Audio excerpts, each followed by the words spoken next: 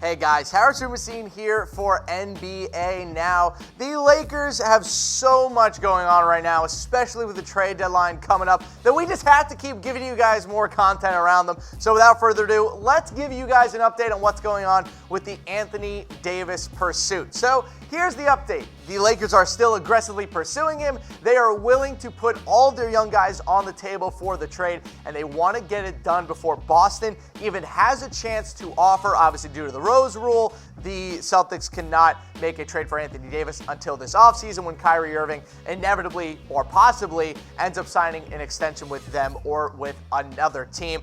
But the worst thing about Anthony Davis is that the Pelicans aren't even answering the Lakers' phone calls in a trade for Davis. So while we're still waiting to see what Anthony Davis is going to end up doing or where he could end up going, the problem is that the Pelicans just aren't answering the Lakers' phone calls.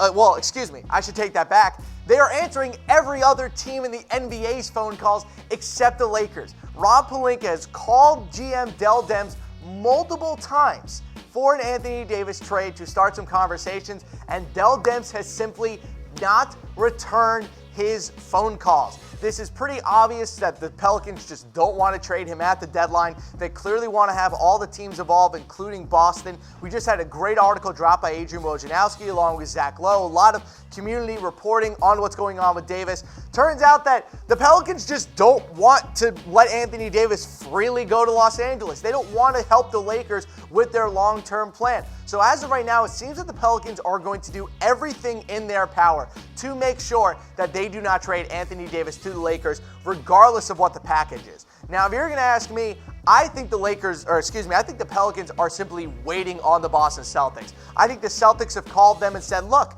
we will trade you anyone on our team not named Kyrie Irving. And I think they're even sliding Jason Tatum into trade talks. Now, we know that the Celtics' long-term plan is to have Anthony Davis, Tatum, and Kyrie Irving on the same team.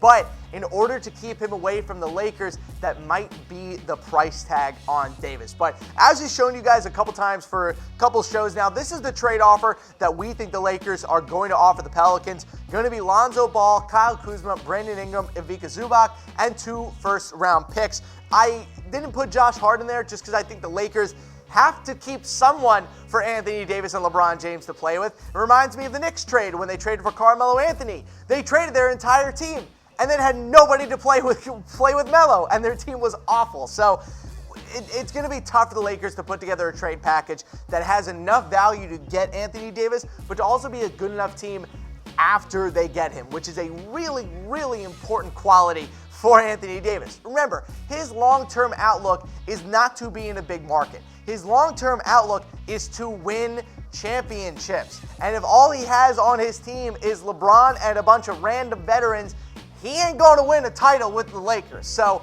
I'm still iffy on whether or not the Lakers are going to end up getting him. They certainly are going to get him at the deadline. That would be an absolute shock if the Pelicans traded him to Los Angeles by the deadline. So I want to know from you guys first. Will Davis be traded before the trade deadline? BetDSI giving us some great odds, saying minus 200 odds on no, plus 150 on yes. You can make some pretty easy money putting down a little money on that minus 200 for no. So that's where I'm going to put down some money. I actually already did before the show. So head to chatsports.com/bet. Use that promo code NBA120 for a free 120% deposit bonus. Real question though. Will Anthony Davis end up playing for the Lakers? I'm not saying this season.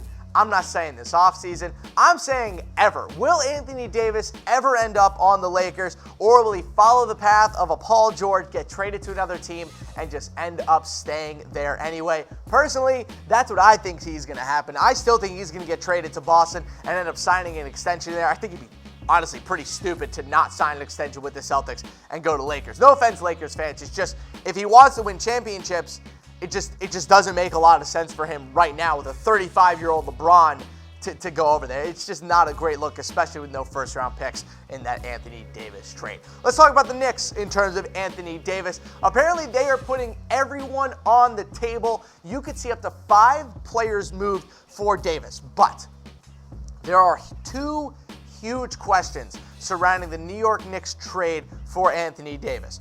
One is the first round pick that the Knicks have this year. While they are tanking, the lottery odds have been changed this year for the NBA to try to dilute the amount of tanking around the league. Hasn't really worked. We're going to see about 10 more teams start tanking here in the next couple of weeks. But that Knicks pick is not a certifiable number 1 overall pick yet. It's just not. We don't know where that pick is going to end up being, and that's why the Pelicans don't really want to trade with the Knicks yet. Because if that pick ends up being number 3 overall and they don't get one of Zion or RJ Barrett, then that trade for Anthony Davis all of a sudden looks a lot worse. The other option that is also holding up this trade is the Kristaps Porzingis ACL injury. We are now a full year plus removed from that Kristaps ACL injury. He has not been back. There's no rumors about when he's going to be coming back. And also, if he's not back by the deadline, they can't trade him. And they would have to wait until the summer to make a move for him, when they would have to do a sign-in trade with Kristaps to send him to New Orleans, since he'll be a restricted free agent this summer. So a lot of stuff circling around the Anthony Davis trade market right now. Lakers are still intimately involved. It just really determines over whether or not the Pelicans are going to actually return their phone calls. So BetDSI is also giving us some odds on where Davis is going to be after the trade deadline. Pelicans are still the favorite at minus 200. The Lakers are there at plus 200. The field giving odds of plus 400. And then the Celtics and Knicks at plus 500 and plus 750 individually. I love BetDSI, but I give you guys a lot of advice, so I'm going to give you guys some betting advice here.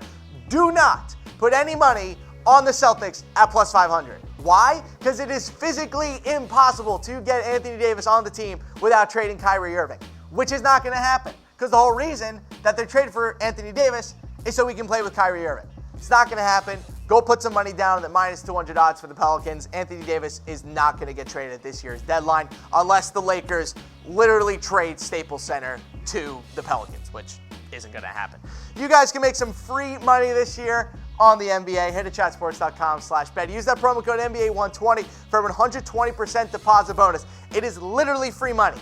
You deposit $100, use that promo code, you see a free $120 in your account. It'll just be there. It's fantastic. The best deal that you're going to find out there on the internet. So again, chatsports.com/bet. Use that promo code NBA120. All right, let's talk about a little mental health in the NBA. So it turns out that this time around, the trade speculation is quote-unquote weighing heavily on the young guys on the Lakers. Now, it turns out that being in trade talks sucks. It really sucks year after year that your team is shopping you, putting you out to pasture, saying, hey, we're going to trade you to New Orleans. We're going to send you from the number 2 market in the NBA to the number 30 market in the NBA.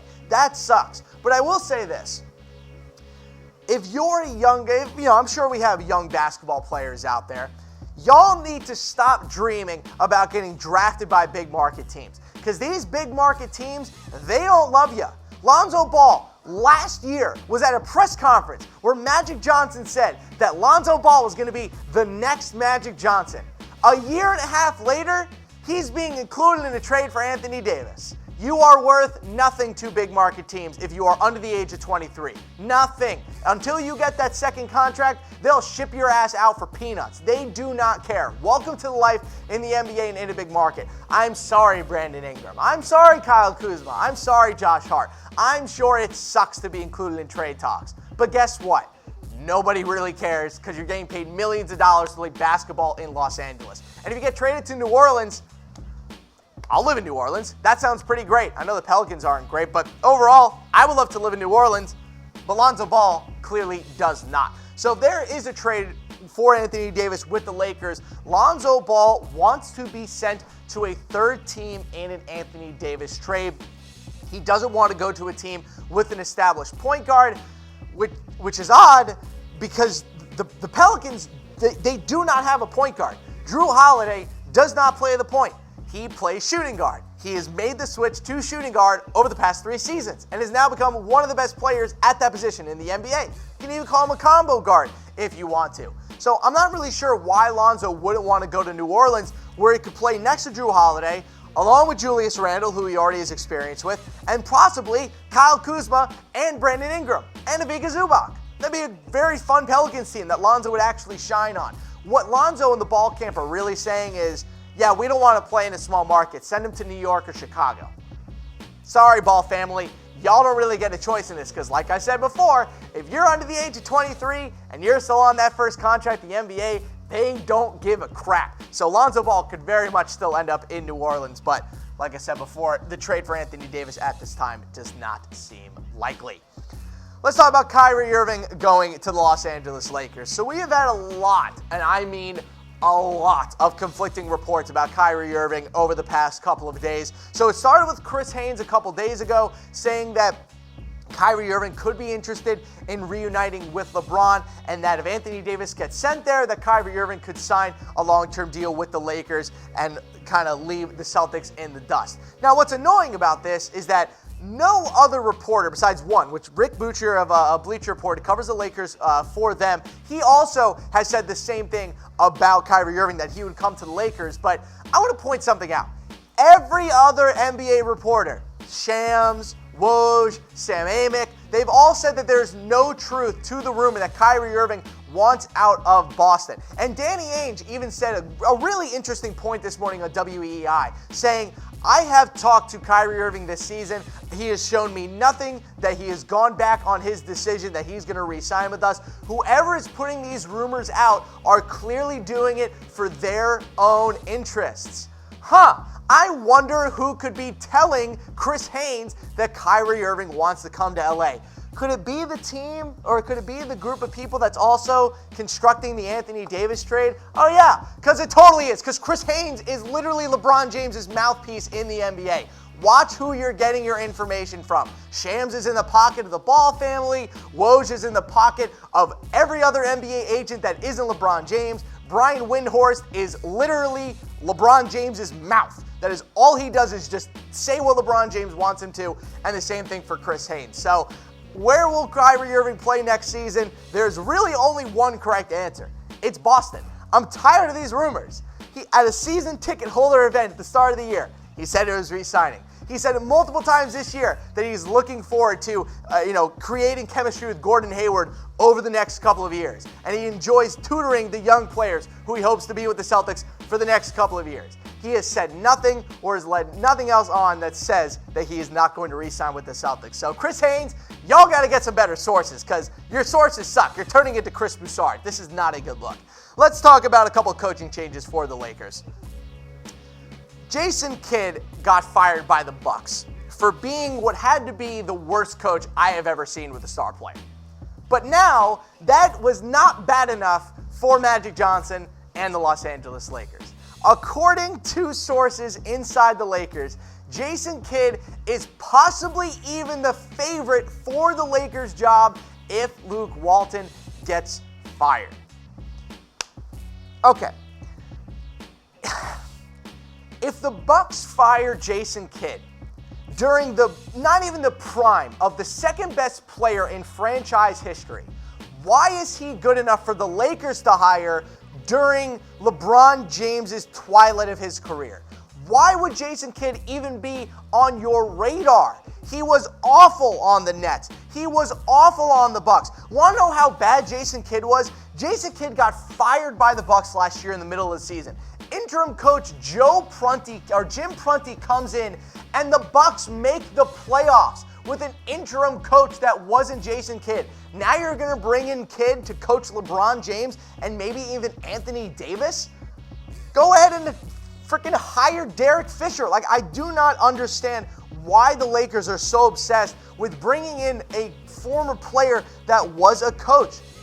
Look, guys, Luke Walton might not be the best coach in the NBA. I totally understand. But if the Lakers fire him and pick up Jason Kidd, I want to see picket signs outside of Staples Center, because that is one of the dumbest decisions I could ever imagine. You have great coaches out there of basketball. You have Jay Wright with Villanova out there. You have Mike Brown sitting on the Golden State Warriors bench, who'd be a better option than Jason Kidd. You could go after a couple of other big-time college coaches. Why would you hire the dude that the Bucks fired to basically save Giannis's career? He was ruining Giannis. And it is no surprise that the instant they got rid of Jason Kidd, the entire team was better. They didn't shoot threes, and they didn't play defense. It is a joke. It is a joke that he is even on their radar. I am hoping and praying that this is just some sort of agent pumping PR crap, that they're just putting the Lakers out there and saying Jason Kidd's a candidate for the Lakers head coaching job just to hopefully get him another job in the NBA. Because if they are serious about this, good Lord, they really, really need to figure out what the hell they're going to do with this franchise. I can't believe that Magic Johnson would ever hire Jason Kidd as a coach. Who should the Lakers hire if Luke Walton gets canned? Keep an eye out tomorrow on the Chat Sports YouTube page. We have a top 10 candidates list to replace Luke Walton. No, Jason Kidd is not included in that trade, but you know who is included is John Calipari, the coach with Kentucky. But unfortunately, as we learned yesterday on ESPN, John Calipari is not interested in joining the Los Angeles Lakers. He is happy at Kentucky, he has no plans to leave, and he also thinks that Luke Walton is doing some outstanding work. Now, not even Anthony Davis seems that it could pull him back to the NBA at this point. And if Anthony Davis isn't going to do it, if LeBron James isn't going to do it, if none of his alumni, superstar alumni that are in the NBA right now are not going to do it, then I think that John Calipari is going to stay in Kentucky for a damn long time. Has had a couple of rough years here the past couple of years in recruiting. They haven't had the peak Anthony Davis recruits like we've seen in the past, but I'm sure John Calipari will get the Kentucky program back on track. But again, check out tomorrow on Chat Sports the top 10 candidates to replace Luke Walton. Like I said before, no, Jason Kidd is not on there, because if you have a brain, you would never want Jason Kidd to actually coach the Los Angeles Lakers.